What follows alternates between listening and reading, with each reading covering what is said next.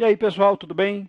Agora o nosso assunto vai ser o Estado e as relações de poder. Vale a pena, acho que, começar fazendo um histórico desse conceito de Estado. Bom, quando a gente pensa em determinadas comunidades primitivas, comunidades tribais, a gente não fala ainda em conceito de Estado, pelo menos não no sentido que nós concebemos hoje o que é um Estado. Mas quando esses grupos tribais começaram a acumular determinadas riquezas e a escravizar tribos rivais, a organização social ela começou a se tornar cada vez mais complexa. Por quê?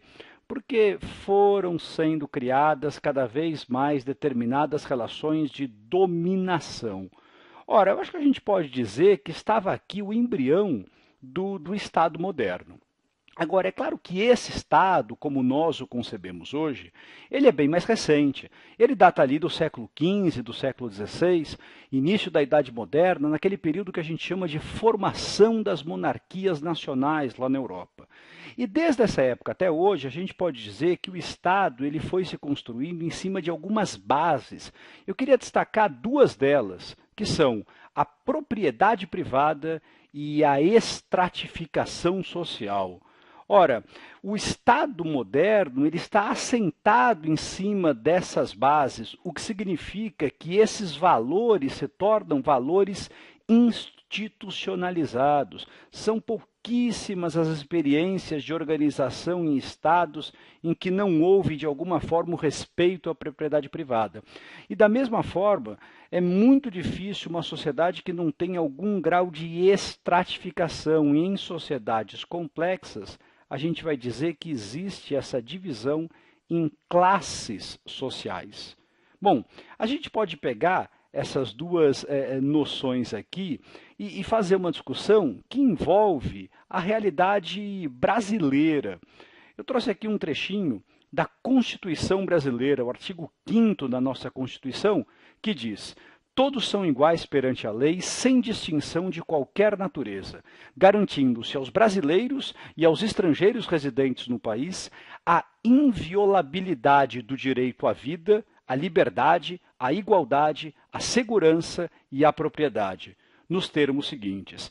E aí vem uma série de incisos que especificam esses direitos fundamentais. Pois bem, no inciso 22, se fala sobre o direito de propriedade. Mas no inciso 23, se diz que a propriedade deve cumprir a sua função social. Ora, aqui eu acho que você já percebe a dificuldade de compatibilizar determinados direitos fundamentais.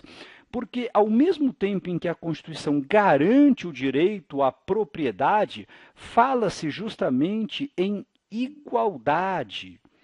E aí a gente começa a pensar o seguinte: como é que a gente pode ter igualdade num mundo em que uns têm mais propriedades do que outros? E o que seria essa função social da propriedade? Quando a gente pensa, por exemplo, nos conflitos de terra no Brasil, de um lado nós temos proprietários que estão amparados pela Constituição, porque têm esse direito à propriedade garantido. Mas, de outro lado, nós temos movimentos de trabalhadores rurais sem terra que lutam pela propriedade e que acham que a propriedade deve atender a essa função social. Ora, isso vai mostrar que dentro de um Estado sempre existem essas disputas. E aqui a gente vê essas relações de poder. Em geral, você já deve ter percebido isso, o direito à propriedade acaba valendo mais do que o direito à igualdade, pelo menos nas sociedades capitalistas. Agora, se a gente pensar um pouquinho em todos os pensadores que já se debruçaram sobre a questão, a gente pode retomar algumas ideias importantes. Olha, no final da Idade Média ainda, na época da escolástica medieval, nós tivemos São Tomás de Aquino dizendo que o Estado devia garantir a salvação. Era uma época em que a ideia de Estado estava ainda subordinada à Igreja. Na virada da Idade Média para a Idade Moderna, essa concepção começou a ruir. Por exemplo, Maquiavel propôs que o Estado é o poder político efetivo. Ele não garante a salvação, porque ele não se baseia no que o homem deveria ser, mas no que o homem é de fato, daí que o Estado seja também amoral. E, principalmente, ele é laico, ele se distancia na concepção de Maquiavel, ele se distancia desse mundo da igreja. Mas, durante muitos séculos, essas duas grandes tendências encabeçadas por São Tomás de Aquino e Maquiavel dividiram a atenção das pessoas. Bom, mais modernamente, a gente vai dizer, principalmente no século XIX, os pensadores eles rejeitaram a ideia de estado da natureza. Mas o que isso tem a ver com a noção de estado? Bom, essa coisa aqui do estado da natureza remete a um filósofo importantíssimo do iluminismo, Jean-Jacques Rousseau. E foi o Rousseau que propôs aquela história do bom selvagem. Era a ideia de que o homem, em estado de natureza, era naturalmente bom. E que foi a civilização que corrompeu esse estado de bondade humana.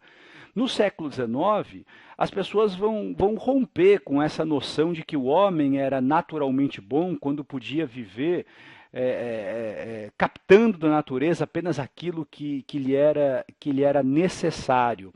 Não, na verdade, a ideia de sociedade civil, que aliás vai aparecer no Rousseau, mas aparece também em outros filósofos, né, o caso de Hegel, ela vai se impor de uma maneira próxima de Maquiavel, sem julgamentos de bondade e maldade do homem, mas como uma forma de organização social que parte justamente dessas relações de poder.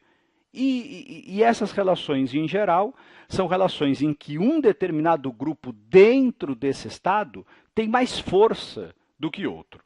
Bom, para começar, vamos tentar fazer, então, um exercício que vai justamente relacionar as ideias de São Tomás de Aquino e Maquiavel? Vamos lá, pessoal.